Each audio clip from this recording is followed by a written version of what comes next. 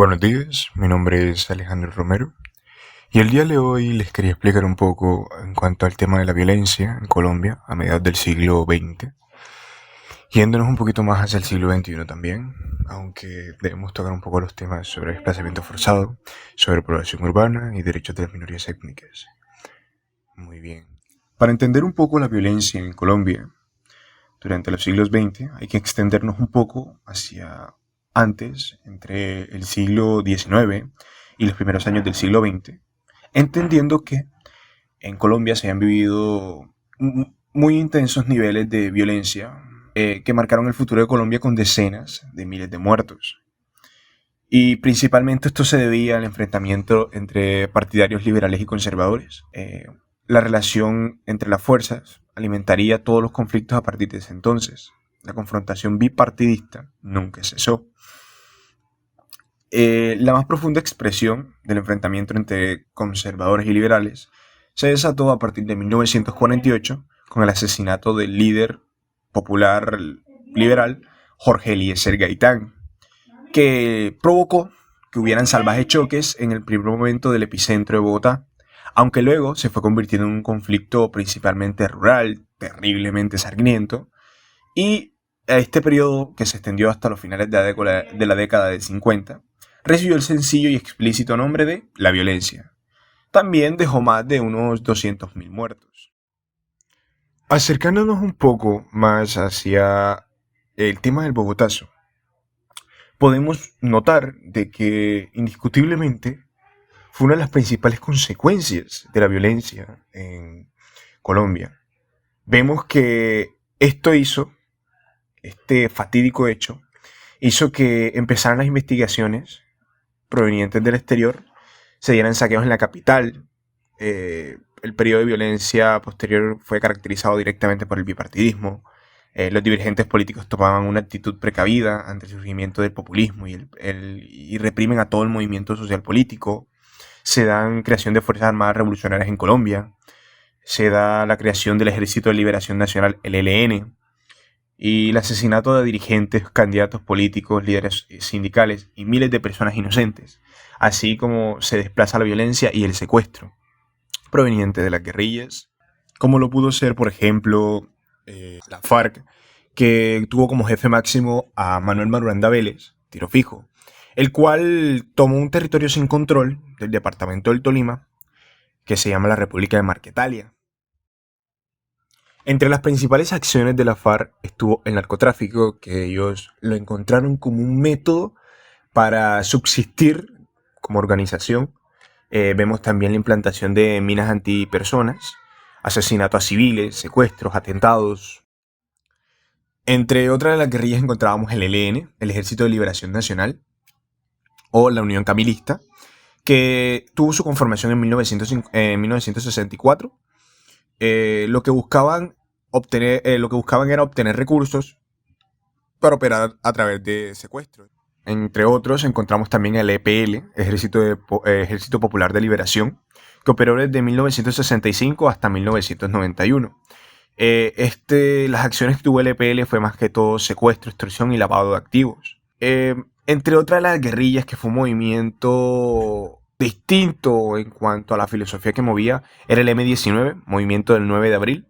Fue un movimiento insurgente colombiano nacido a la raíz del supuesto fraude electoral de las presidenciales del 19 de abril de 1970, que dio como ganadora a Misael Pastrana Borrego. Operó desde 1970 hasta 1990.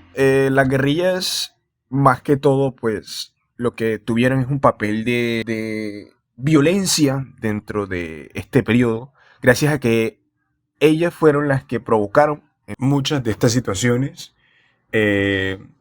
La violencia en general, cometiendo actos que aterrorizaban directamente a los civiles pertenecientes al Estado de Colombia. Vemos que muchas de estas guerrillas, como lo podrían ser las FARC, el ELN, fueron guerrillas que desplazaban a los campesinos de los sitios para tomar estos sitios como zonas de distensión, zonas en donde o plantaban cultivos ilícitos en general, como podrían ser drogas, para venderlas, también como puestos de avanzada para poder estar de forma estratégica dentro del país.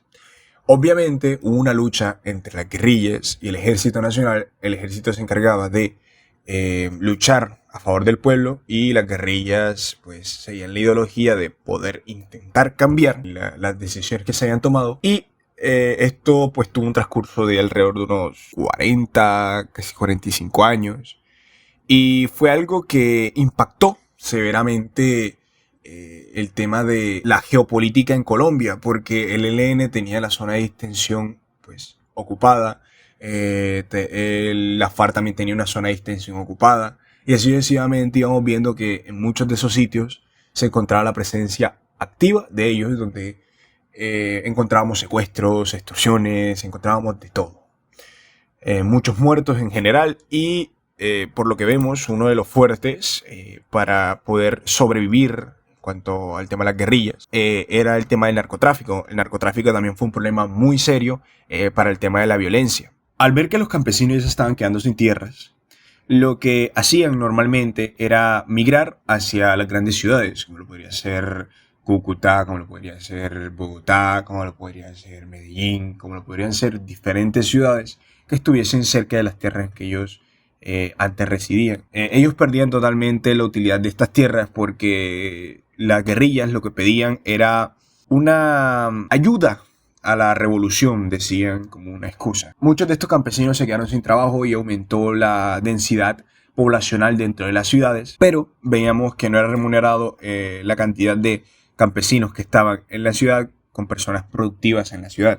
Entonces esto fue un problema muy serio para la economía del país, gracias a que las zonas en las cuales la FARC desplazaba a estos campesinos eran anteriormente zonas productivas. Y pues más que todo el hecho de que ya los campesinos no estuviesen trabajando en las tierras, pues obviamente afectó al sistema agroindustrial que se manejaba en Colombia. El Estado, buscando una solución, pasó por diferentes situaciones, como lo podría ser la toma del Palacio de Justicia que hubo por parte del M-19, diferentes movimientos que fueron utilizando a la guerrilla para intentar producir un cambio dentro del Estado de Colombia.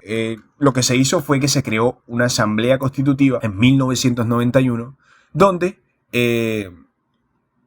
lo que harían sería cambiar la constitución política vigente de Colombia, que estaba en 1986, en la cual lo que se buscaba era crear un Estado unitario, administrador del aspecto social y económico, sumamente confesional, al considerar que la fe católica como una religión oficial, estableció que estableció que un periodo presidencial de 6 años, reemplazó el sistema federal, habiendo establecido los departamentos como una forma de administración territorial en el país, y lo que buscó fue que principalmente esta carta política regiera bajo un ordenamiento jurídico. Entendiendo yo un poco tanto la constitución que estaban siguiendo, el movimiento del M-19, tanto el movimiento de el M-19, el Quintín Lam y el Ejército Popular de Liberación, lo que plantearon fue que dentro de la asamblea constituyente, intentar presentar cambios para que se agregasen a la nueva constitución de 1991. Como por ejemplo, el Ejército Popular de Liberación lo que buscó fue que